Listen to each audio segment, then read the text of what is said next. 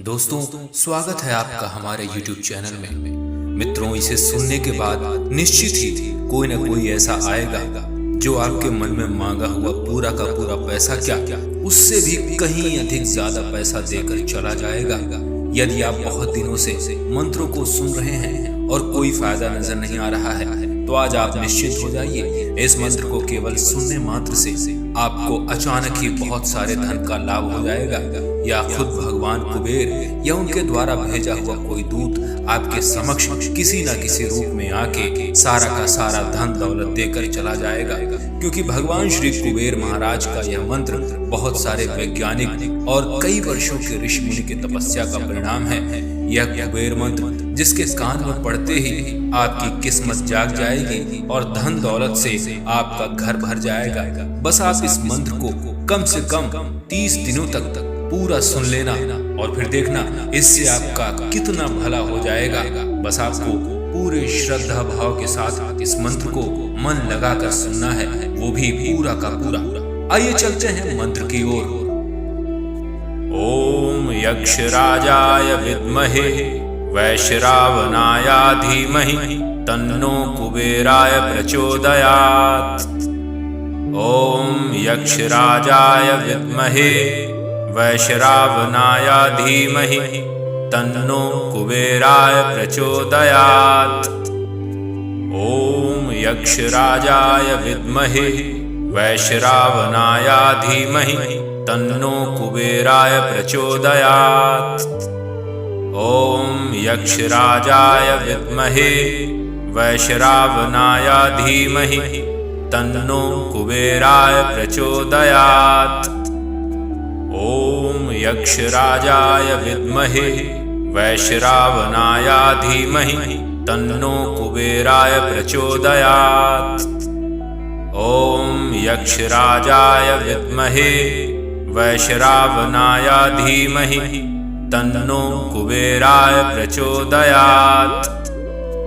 ओम यक्षराजाय विद्महे वैश्रावणाय धीमहि तन्नो कुबेराय प्रचोदयात्।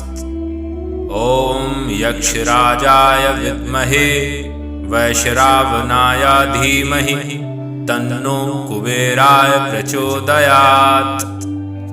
ओम यक्षराजाय विद्महे वैश्रावणाय धीमहि तन्नो कुबेराय प्रचोदयात्। ओम यक्षराजाय विद्महे वैश्रावणाय धीमहि तन्नो कुबेराय प्रचोदयात्। ओम यक्षराजाय विद्महे वैश्रावणाय धीमहि तन्नो कुबेराय प्रचोदयात्। ओम यक्षराजाय विद्महे वैश्रावणाय धीमहि तन्नो कुबेराय प्रचोदयात्। ओम यक्षराजाय विद्महे वैश्रावणाय धीमहि तन्नो कुबेराय प्रचोदयात्।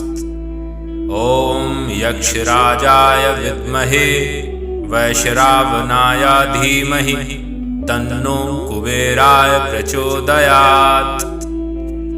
ओम यक्षराजाय विद्महे वैश्रावणाय धीमहि तन्नो कुबेराय प्रचोदयात्।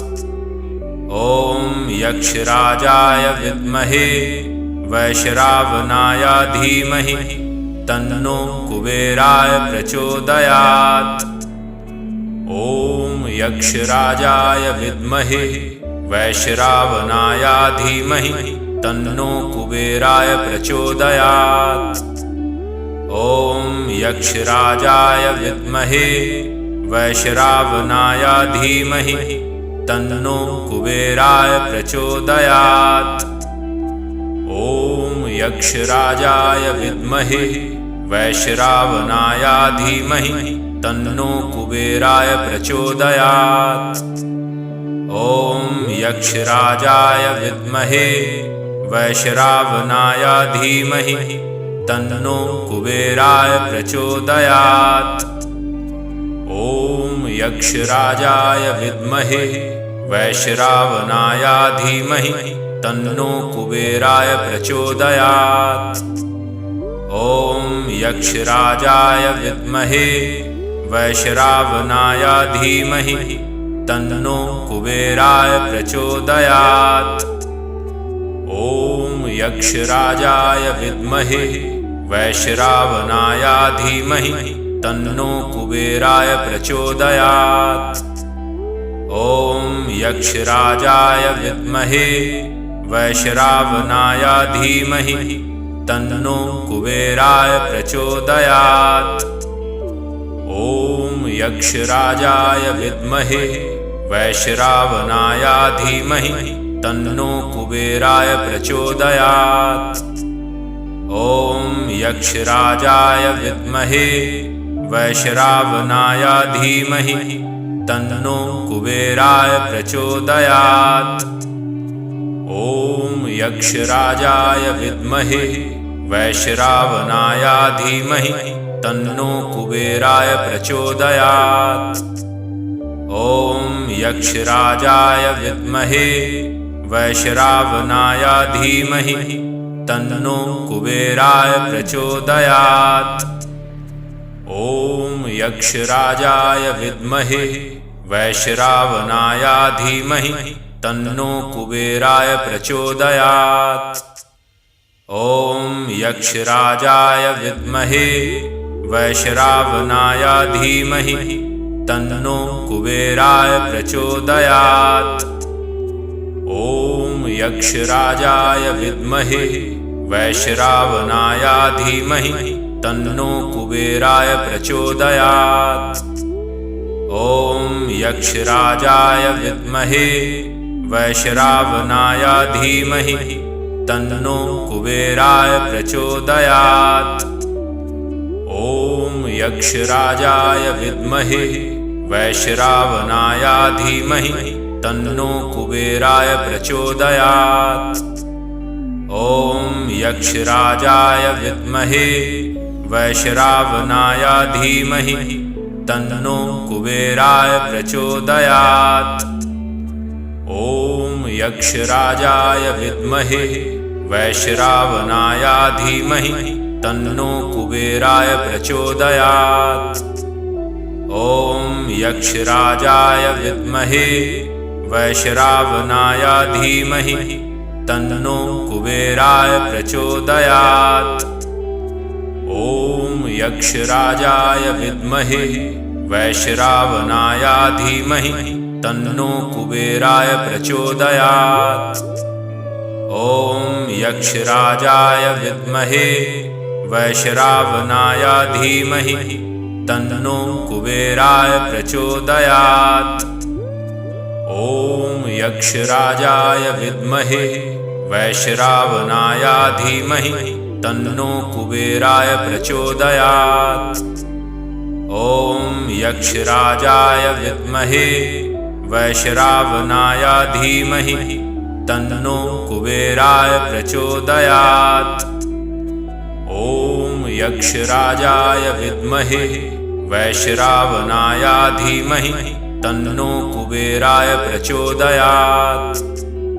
ॐ यक्षराजाय विद्महे वैश्रावणाय धीमहि तन्नो कुबेराय प्रचोदयात्।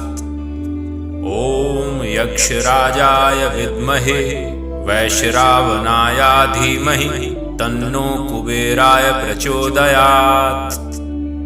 ॐ यक्षराजाय विद्महे वैश्रावणाय धीमहि तन्नो कुबेराय प्रचोदयात्। ॐ यक्षराजाय विद्महे वैश्रावणाय धीमहि तन्नो कुबेराय प्रचोदयात्। ॐ यक्षराजाय विद्महे वैश्रावणाय धीमहि तन्नो कुबेराय प्रचोदयात्। ॐ यक्षराजाय विद्महे वैश्रावणाय धीमहि तन्नो कुबेराय प्रचोदयात्। ॐ यक्षराजाय विद्महे वैश्रावणाय धीमहि तन्नो कुबेराय प्रचोदयात्। ॐ यक्षराजाय विद्महे वैश्रावणाय धीमहि तन्नो कुबेराय प्रचोदयात्। ॐ यक्षराजाय विद्महे वैश्रावणाय धीमहि तन्नो कुबेराय प्रचोदयात्। ॐ यक्षराजाय विद्महे वैश्रावणाय धीमहि तन्नो कुबेराय प्रचोदयात्। ॐ यक्षराजाय विद्महे वैश्रावणाय धीमहि तन्नो कुबेराय प्रचोदयात्।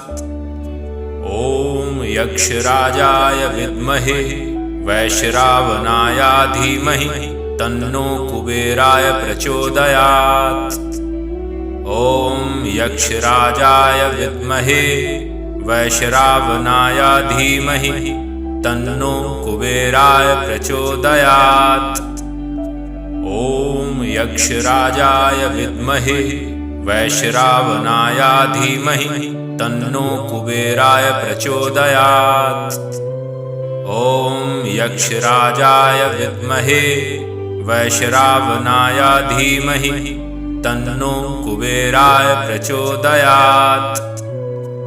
ॐ यक्षराजाय विद्महे वैश्रावणाय धीमहि तन्नो कुबेराय प्रचोदयात्। ॐ यक्षराजाय विद्महे वैश्रावणाय धीमहि तन्नो कुबेराय प्रचोदयात्। ॐ यक्षराजाय विद्महे वैश्रावणाय धीमहि तन्नो कुबेराय प्रचोदयात्। ॐ यक्षराजाय विद्महे वैश्रावणाय धीमहि तन्नो कुबेराय प्रचोदयात्। ॐ यक्षराजाय विद्महे वैश्रावणाय धीमहि तन्नो कुबेराय प्रचोदयात्। ॐ यक्षराजाय विद्महे वैश्रावणाय धीमहि तन्नो कुबेराय प्रचोदयात्। ॐ यक्षराजाय विद्महे वैश्रावणाय धीमहि तन्नो कुबेराय प्रचोदयात्।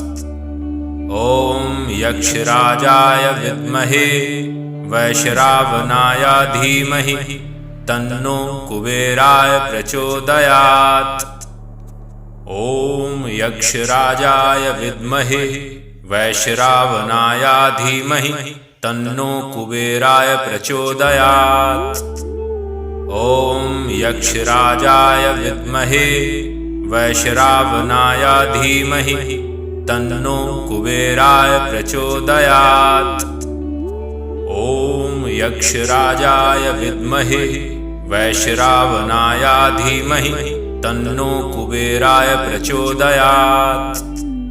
ॐ यक्षराजाय विद्महे वैश्रावणाय धीमहि तन्नो कुबेराय प्रचोदयात्।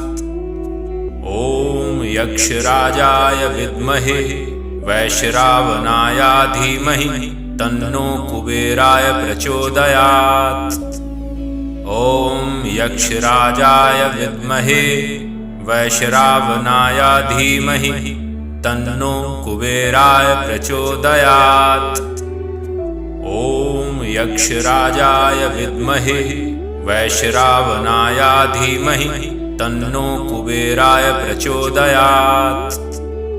ॐ यक्षराजाय विद्महे वैश्रावणाय धीमहि तन्नो कुबेराय प्रचोदयात्।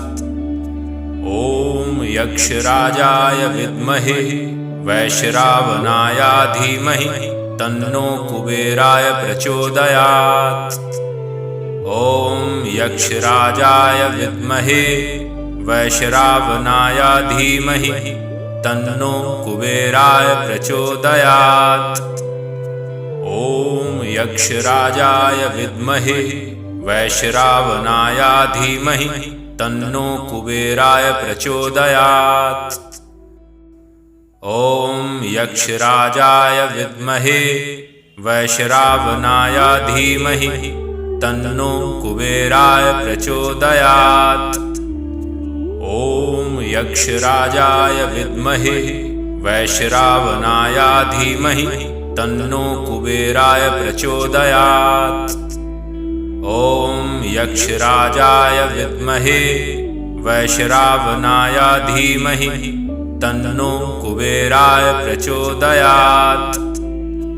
ॐ यक्षराजाय विद्महे वैश्रावणाय धीमहि तन्नो कुबेराय प्रचोदयात्।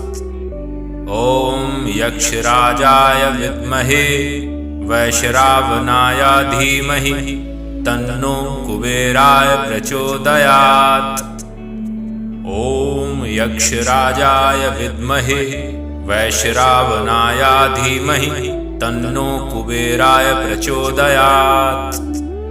ॐ यक्षराजाय विद्महे वैश्रावणाय धीमहि तन्नो कुबेराय प्रचोदयात्। ॐ यक्षराजाय विद्महे वैश्रावणाय धीमहि तन्नो कुबेराय प्रचोदयात्। ॐ यक्षराजाय विद्महे वैश्रावणाय धीमहि तन्नो कुबेराय प्रचोदयात्। ॐ यक्षराजाय विद्महे वैश्रावणाय धीमहि तन्नो कुबेराय प्रचोदयात्। ॐ यक्षराजाय विद्महे वैश्रावणाय धीमहि तन्नो कुबेराय प्रचोदयात्। ॐ यक्षराजाय विद्महे वैश्रावणाय धीमहि तन्नो कुबेराय प्रचोदयात्। ॐ यक्षराजाय विद्महे वैश्रावणाय धीमहि तन्नो कुबेराय प्रचोदयात्। ॐ यक्षराजाय विद्महे वैश्रावणाय धीमहि तन्नो कुबेराय प्रचोदयात्। ॐ यक्षराजाय विद्महे वैश्रावणाय धीमहि तन्नो कुबेराय प्रचोदयात्। ॐ यक्षराजाय विद्महे वैश्रावणाय धीमहि तन्नो कुबेराय प्रचोदयात्। ॐ यक्षराजाय विद्महे वैश्रावणाय धीमहि तन्नो कुबेराय प्रचोदयात्। ॐ यक्षराजाय विद्महे वैश्रावणाय धीमहि तन्नो कुबेराय प्रचोदयात्।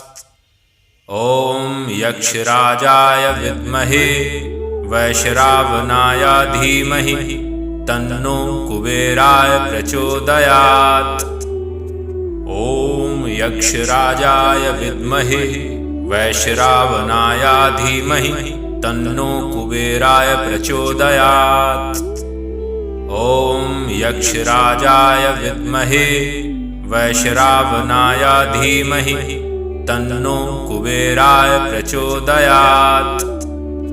ॐ यक्षराजाय विद्महे वैश्रावणाय धीमहि तन्नो कुबेराय प्रचोदयात्।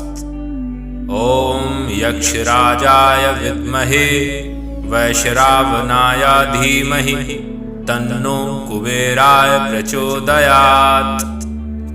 ॐ यक्षराजाय विद्महे वैश्रावणाय धीमहि तन्नो कुबेराय प्रचोदयात्। ॐ यक्षराजाय विद्महे वैश्रावणाय धीमहि तन्नो कुबेराय प्रचोदयात्। ॐ यक्षराजाय विद्महे वैश्रावणाय धीमहि तन्नो कुबेराय प्रचोदयात्। ॐ यक्षराजाय विद्महे वैश्रावणाय धीमहि तन्नो कुबेराय प्रचोदयात्। ॐ यक्षराजाय विद्महे वैश्रावणाय धीमहि तन्नो कुबेराय प्रचोदयात्। ॐ यक्षराजाय विद्महे वैश्रावणाय धीमहि तन्नो कुबेराय प्रचोदयात्। ॐ यक्षराजाय विद्महे वैश्रावणाय धीमहि तन्नो कुबेराय प्रचोदयात्।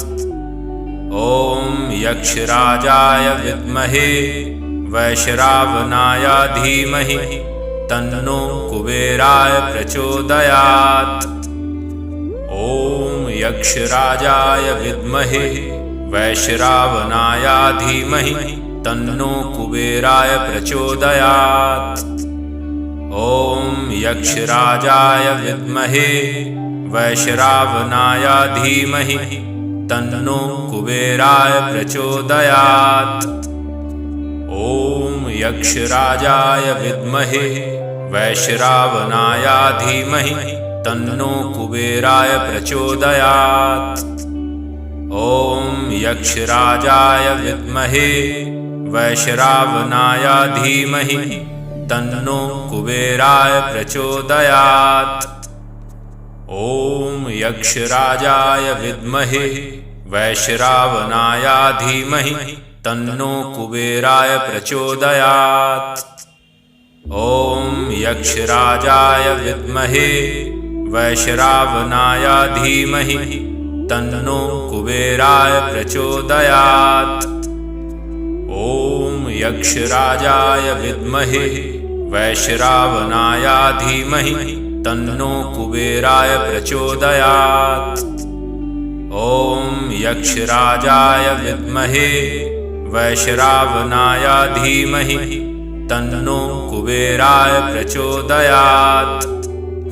ॐ यक्षराजाय विद्महे वैश्रावणाय धीमहि तन्नो कुबेराय प्रचोदयात्। ॐ यक्षराजाय विद्महे वैश्रावणाय धीमहि तन्नो कुबेराय प्रचोदयात्। ॐ यक्षराजाय विद्महे वैश्रावणाय धीमहि तन्नो कुबेराय प्रचोदयात्। ॐ यक्षराजाय विद्महे वैश्रावणाय धीमहि तन्नो कुबेराय प्रचोदयात्। ॐ यक्षराजाय विद्महे वैश्रावणाय धीमहि तन्नो कुबेराय प्रचोदयात्। ॐ यक्षराजाय विद्महे वैश्रावणाय धीमहि तन्नो कुबेराय प्रचोदयात्। ॐ यक्षराजाय विद्महे वैश्रावणाय धीमहि तन्नो कुबेराय प्रचोदयात्। ॐ यक्षराजाय विद्महे वैश्रावणाय धीमहि तन्नो कुबेराय प्रचोदयात्। ॐ यक्षराजाय विद्महे वैश्रावणाय धीमहि तन्नो कुबेराय प्रचोदयात्। ॐ यक्षराजाय विद्महे वैश्रावणाय धीमहि तन्नो कुबेराय प्रचोदयात्। ॐ यक्षराजाय विद्महे वैश्रावणाय धीमहि तन्नो कुबेराय प्रचोदयात्। ॐ यक्षराजाय विद्महे वैश्रावणाय धीमहि तन्नो कुबेराय प्रचोदयात्। ॐ यक्षराजाय विद्महे वैश्रावणाय धीमहि तन्नो कुबेराय प्रचोदयात्।